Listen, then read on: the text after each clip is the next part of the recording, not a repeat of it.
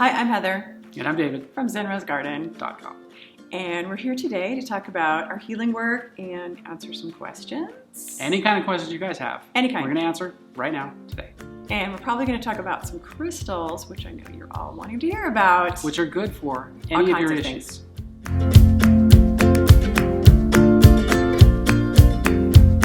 What are spirit guides? Spirit guides are basically a construct for our mind to tap into and access different parts of our subconscious. Now, spirit guides can be literal, like your grandmother or a spirit who's actually in spirit, or they could be a construct that your mind creates for you to tap into your higher self, your conscious awareness, your subconscious awareness, or anything like that. Basically, it's to help you find your truth.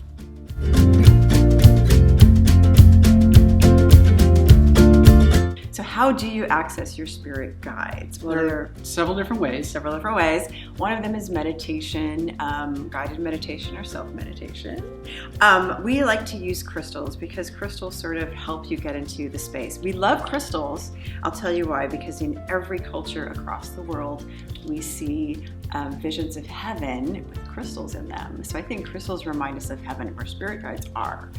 Amethyst is one of the crystals that are known for helping us access higher dimensions and spirits and spirit guides. What you got? What do I have? What do you have? I've got lapis. This happens to be a ball of lapis. Everybody likes balls. So the shape of the ball, the shape of the sphere is actually, there's a scientific reason for the sphere. And what happens with the sphere is the energy gets taken from the surface of the sphere, compressed down to the core, and exploded out. So it becomes like a battery of energy, exploding, compressing, exploding, compressing, exploding. So lapis is also a stone for the third eye and for the crown, which are good for connecting you to deeper conscious awareness. So, and it doesn't have to be a sphere. Any kind of lapis will do. Just spheres. But I like balls. Did I say that out loud? Yes, you did. Oh shit. Wait, you got the other one. Oh yes, awesome. So this one is one of our favorite stones. This is from one of our signature bracelet collection, our crystal medicine collection of bracelets. This is indigo kyanite. It never needs clearing. It's one of those special Clears stones. itself. Clears itself and clears other stones around it. It's a stone known for spiritual connection and spiritual communion. Third eye and the crown. But you don't wear it on your head, you wear it on your wrist. Yes. Just so you know.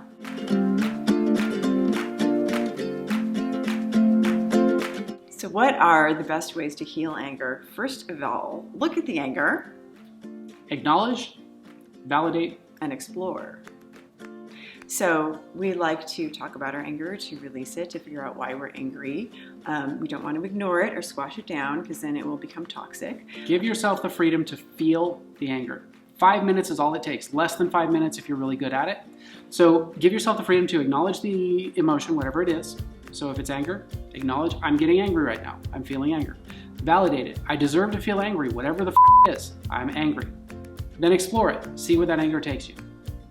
So some of the crystals that are known for helping to process anxiety and fear and anger are mahogany obsidian, which is a really cool stone. It's actually a volcanic stone, which gets really, really hot and then it cools down, which is what you want your anger to do. Get really hot, explode. And then cool down and be a cool crystal. Another good stone is labradorite. It's called labradorite because of the labradorescence. If you can see here, it's shiny. Also, we have it in this bracelet, which is also part of our line, so you can wear it. So labradorite is really good for shining light on different elements of your emotions.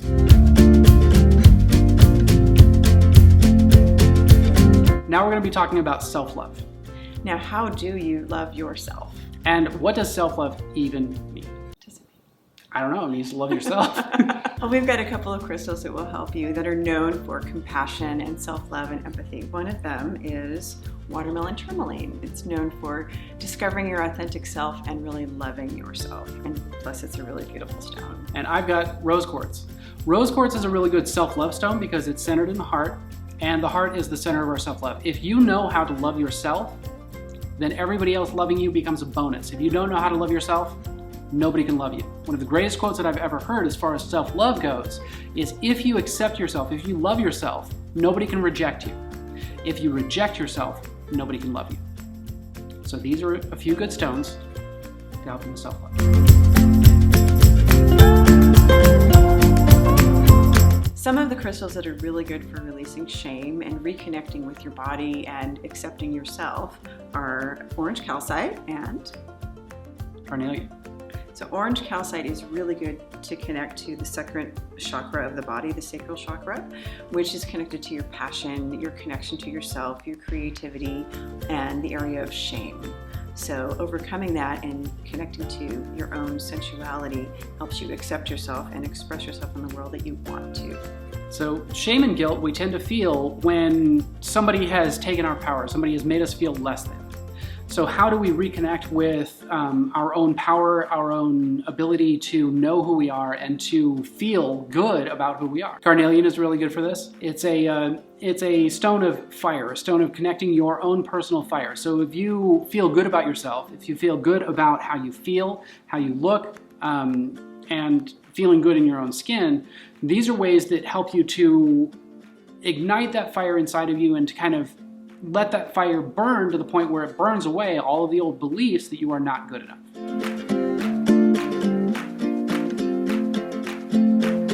Now we're going to be talking about communication.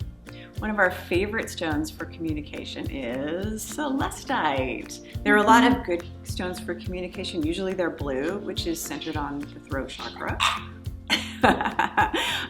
Celestite is one of our favorite high vibrating stones because it helps you communicate with not only others but the angelic realm and the spirit realm. So also they're good for spirit guide connection and also helping you to communicate with others. And talking from the heart.